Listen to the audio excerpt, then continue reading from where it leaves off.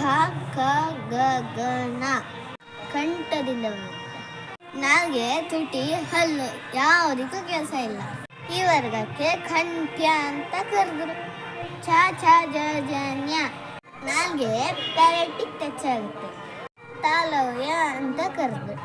ಟ ಟ ಡ ಡ ಣ ನಾಲ್ಗೆ ಹಿಂದೋಗಿ ಮುಂದುವರೆದು ಮೂರ್ಧನ್ಯ ಅಂತ ಹೆಸರು. ಥ ದ ದ ನ ನಾಲ್ಗೆ ಹಲ್ಲಿಟ್ಟಾಗುತ್ತೆ.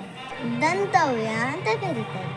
ಕೊನೆ ವರ್ಗ ಪ ಪ ಬ ಬ ಮ ಎರಡು ತುಟಿ ಸೇರಿ ಬರುತ್ತೆ. ತುಟಿ ಯೂಸ್ ಮಾಡದೆ ಹೇಳಿ ನೋಡೋಣ. ಈ ವರ್ಗಕ್ಕೆ ಓಷ್ಟ್ಯ ಅನ್ನೋ ಹೆಸರು.